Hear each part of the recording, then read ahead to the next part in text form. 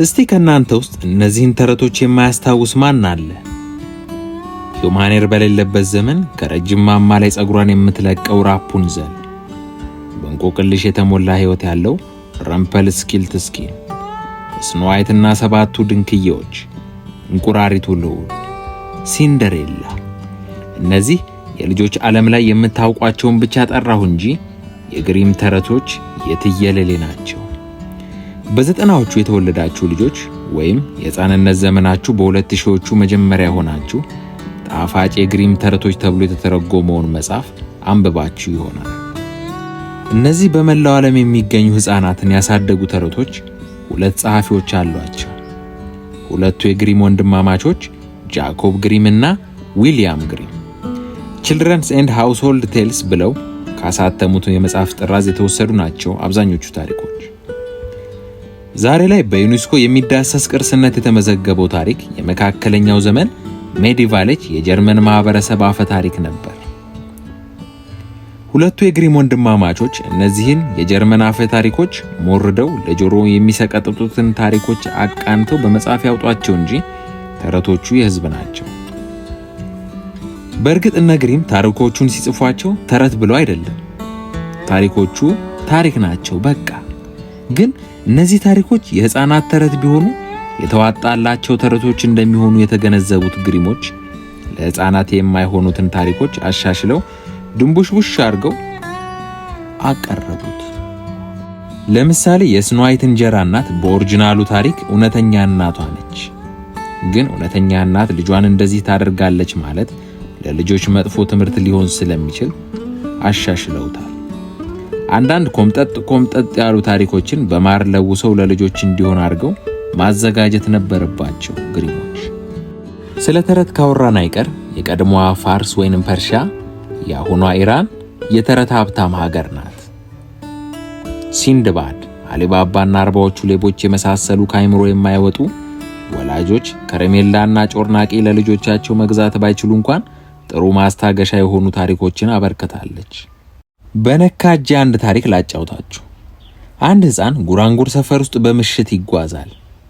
አሳዳጊ የበደለው በማታ ውጪ ምን ይሰራል እንዳትሉ፣ የሆነ ሆኖ ህፃኑ ከነበረበት ስፍራ 3 ሰዎች፣ ኋላ እንደተረዳው ከሆነ ደግሞ 3 ሌቦች ቀላል የማይባል ገንዘብ በሳጥን ቱቦ ውስጥ ቀብሮ ይሄዳሉ። ታዲያ ማንም ሰው አላየንም ብለው ያሰቡት ሌቦች በፍጥነት ከአካባቢው ይሰወራሉ። አድፍጦ የነበረው ህፃንም በሳጥን ያስቀመጡትን ገንዘብ አፈፍ አድርጎ ወደ ቤቱ ይገባል። ይህ ህፃን አደገ። ይህ የሰረቀው ገንዘብ ምን ያህል ይጥቀመው ባላቅም ታላቅ የቢዝነስ ሰውም ሆነ። ስሙ ጃክማ ይባላል። አንድ ነገር ግን ይቀራል። ይህንን ድርጅቱን ማን ብሎ ይሰይመው? ጃክማ በበኩሉ ለድርጅቱ ጥሩ ስም አገኘለት። የልጅነት ታሪኩን የሚያስታውሰው ስም አሊባባ። ወደ ግሪም ወንድማማቾች ታሪክ እንመለስ። ወላጅ አባታቸውን በልጅነታቸው በኒሞኒያ በሽታ ያጡት ሁለት ወንድማማቾች ጠንክረው በማጥናት የከበርቴዎች ብቻ የሆነውን በወልቭስበርግ የሚገኘውን ዩኒቨርሲቲ በስነ ጽሑፍ ዲፓርትመንት ተቀላቀሉ። ነገር ግን ብዙም ሳይቆዩ ተጫሩ። ምክንያቱም ሁለት ወንድማማቾች ከዝቅተኛው ማህበረሰብ የተገኙ ስለሆነ። ተስፋ ያልቆረጡት ጃኮብና ዊሊያም ግን የደከመ ትምህርት ቤትም ቢሆን የስነ ጽሑፍ ትምህርታቸውን ተምሮ አጠናቀቁ። ታላቅ ወንድምየው ጃኮብ ላይብረሪያን ሆኖ በመቀጠር ወንድሙ ዊሊያምና ታናናሾቹን ማስተዳደር ነበረበት። በቀን አንዴ እንኳን ለመመገብ የተቸገሩት የግሪም ወንድማማቾች ህይወት ፊቷን በከባድ አዙራባቸው ነበር። በዛን ዘመን የነበረው የጀርመን ህዝብ በችግርና በረሃብ ይቆላ ነበር ቢባል ማን ያምናል? ሰዎች ዛሬ በባህር እየጠለቁ የሚሄዱባት ጀርመን በ19ኛው መቶ ክፍለ ዘመን ግን የችጋር ቡንደስሊጋ ነበረች። ጤናው ሲስተካከል ወንድሙን ወደ ማገዝ የተመለሰው ዊሊያም ግሪም ከወንድሙ ጃኮብ ጋር አንድ ሪሰርች ጀመሩ። ዝም ብለን ከምንቀመጥ ብለው የጀመሩት ጥናት ዓለምን የነቀነቀ የሥነ ጽሑፍ እንቅስቃሴ ሆነ። በየጉራንጉሩና በየመንደሩ ያሉ አፈ ታሪኮችን በመጽሐፍ መልክ ሰብስቦ ማሳተም።